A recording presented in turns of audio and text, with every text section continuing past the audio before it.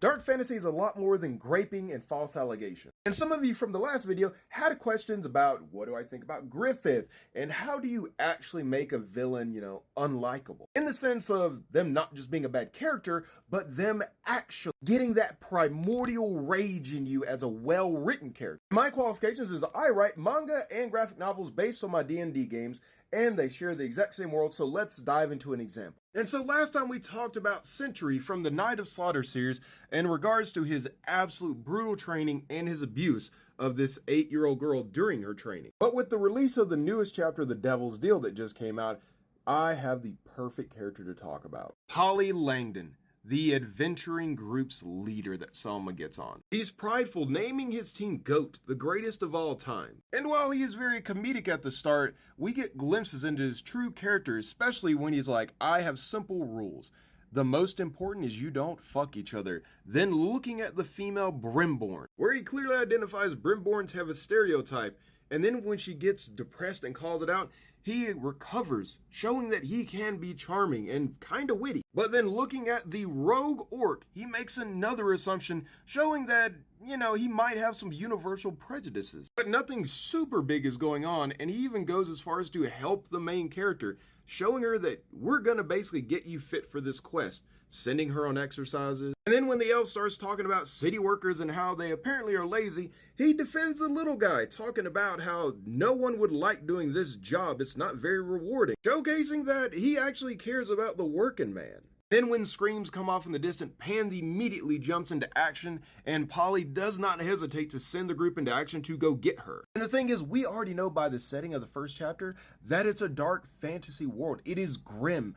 But when you want to make a good villain, it's important to balance the evil traits with the good traits when you're trying to make someone nuanced and more than one-dimensional. But this time, whenever we find the overturned caravan and people dead, Polly immediately goes into, we need to figure out what was going on. He's willing to divert the entire team and assert his authority over members who disagree with his call. And when basically told to go pound sand, this is his reaction to it. We can see in this scene that he is prideful and he's righteous in his beliefs. And yet after seeing the massacre when they're resting down for the night, he contrasts that behavior with maybe what some would call a little bit of cowardice. As soon as they hear rumbling in the bushes, he's ready to pack the hell up and move to the next part of the quest. Now that they've confirmed that cultist and demon activity is going on and he's got backup with the soul hunters, along with the fact that Pan was carrying along a memento with the symbol of hell on it, is all that he needed for his conviction. That Pan was a part of the quest that took his love away. That she needed to be punished just like everyone else that was a part of that killing. And he was going to make sure of it. That even on his first quest, we get to see it didn't go so well. And maybe there's some trauma there that pushes his actions. And while everyone knows Pan is a sweet, innocent demon girl so far, he's making kind of an argument here. Has Pan been deceiving the group? Or is he just arrogant and misguided in his beliefs? But this was all just a stubborn man making his claim until he gets the soul hunters involved, risking the entire group's safety, risking their ability to even complete the quest for his grudge. And this is a moment a lot of my readers kind of decided, yeah, we don't like Polly. This is kind of the big fuck you moment for everybody. Because most of my readers are from D&D, and the cardinal rule is you don't betray the party, which is effectively what he did. So tying into my niche audience, they can relate to this point of what just happened. And his behavior toward Pan just gets worse and worse and worse, and so on and so forth. And by this moment, after everything that he's done to her, when the big moment arrives for his retribution, the readers are cheering.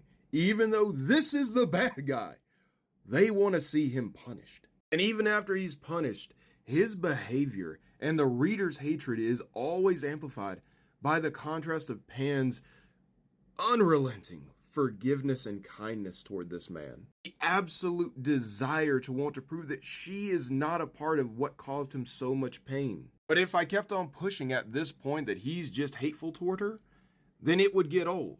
So what did I do? What does Polly do? He has some restraint after everyone convinces him she is the reason he's alive. Maybe he can be reasoned with. But then it just brings up the question in the reader's mind. Did he really change?